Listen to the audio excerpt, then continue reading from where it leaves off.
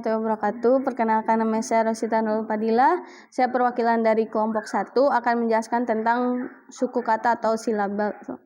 Yang pertama ada pengertian suku kata. Suku kata adalah satu kata secara utuh atau komponen terkecil dalam sebuah penyusunan kata. Suku kata bukanlah komponen terkecil dalam sebuah bahasa, karena sebuah bahasa itu tersusun minimal dari 2 suku kata atau lebih.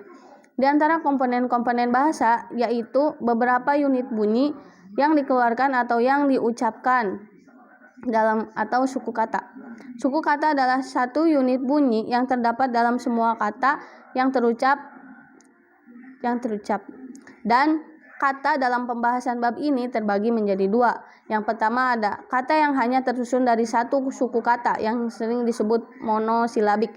Contohnya seperti min, man, dan lam. Dan yang kedua ada kata yang tersusun dari beberapa suku kata yang sering disebut dengan polisilabik. Contohnya seperti jalasa yang terdiri dari gim, lam, dan sin. Kemudian di sini ada macam-macam suku kata. Suku kata berdasarkan bunyi akhirnya terbagi menjadi 2 macam, yaitu yang pertama suku kata terbuka, yaitu suku kata yang berakhir pada bunyi vokal pendek dan vokal panjang. Suku kata terbuka pendek contohnya fa, zaisin dalam kata fazasa. Dan suku kata terbuka panjang seperti contohnya la, fi, dan ma. Yang kedua ada suku kata tertutup, yaitu suku kata yang berakhir pada satu bunyi konsonan atau 2 bunyi konsonan.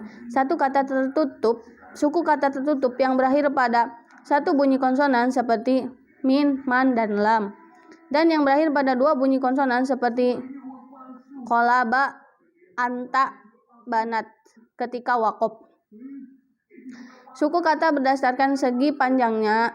Suku kata terbagi menjadi 2 bagian. Yang pertama, suku kata pendek, yaitu suku kata yang berakhir pada bunyi vokal pendek seperti farosa. Semuanya merupakan suku kata pendek yang wajib terbuka.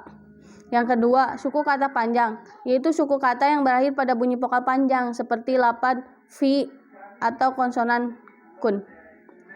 Pembagian suku kata berdasarkan segi gelombang nada menjadi 2 bagian, yaitu yang pertama, suku kata bergelombang, yaitu suku kata yang bertemu dengan nada utama dalam sebuah kata. Maka dari itu suku kata ini tampak lebih jelas dan lebih tegas daripada bagian lain dalam kata tersebut.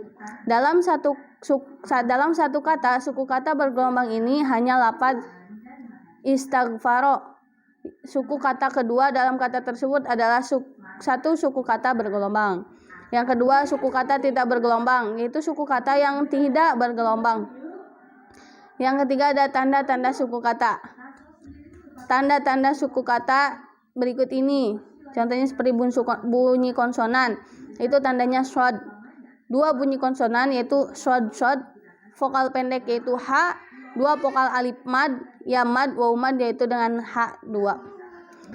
Yang selanjutnya ada karakteristik suku kata dalam bahasa Arab.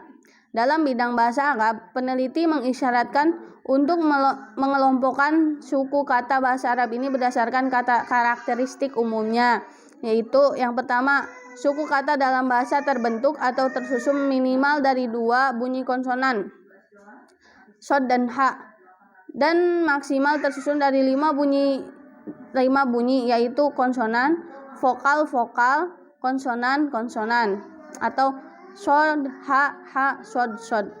Yang kedua ada suku kata dalam bahasa Arab selalu terdapat bunyi vokal. Yang ketiga, suku kata dalam bahasa Arab selalu diawali oleh bunyi konsonan lalu diikuti bunyi vokal. Yang keempat, suku kata dalam bahasa Arab tidak diawali oleh bunyi vokal seperti halnya Inggris, art, il, up. Dan dalam bahasa Indonesia alam, ikan, ubi. Yang kelima ada suku kata dalam bahasa Arab tidak diawali oleh 2 bunyi konsonan secara berurutan seperti halnya yang terdapat dalam bahasa Inggris praktik atau street, atau dalam bahasa Indonesia praktek, atau dalam bahasa Jawa melaku.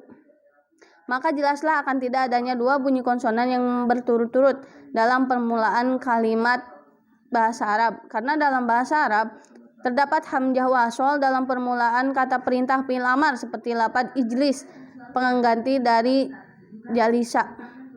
6.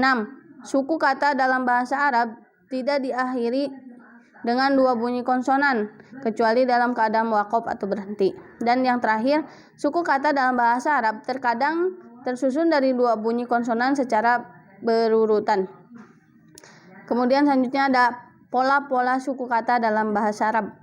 Menurut karakteristik umum yang telah tadi diutarakan, maka kebanyakan jumhur atau peneliti dan pengajar bunyi bahasa sepakat bahwa suku kata dalam bahasa Arab mempunyai 6 pola atau bentuk, tetapi mereka berbeda pendapat dalam mengklasifikasikan dan menamai suku kata bahasa Arab tersebut.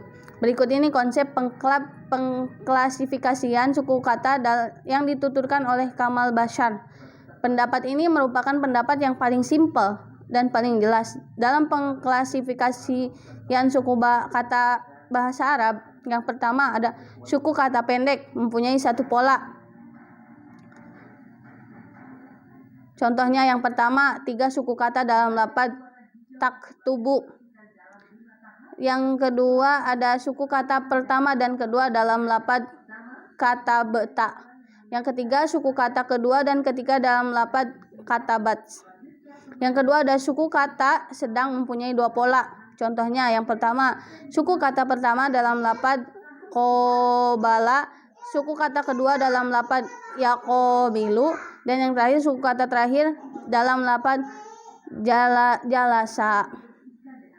Yang ketiga ada suku kata panjang mempunyai 3 pola. Contohnya yang pertama, suku kata pertama dalam lafaz dolin. Yang kedua suku kata kedua dalam lafaz yudoro. Yang ketiga suku kata terakhir dalam lafaz hamim dalam keadaan waqaf atau mengabaikan i'rab.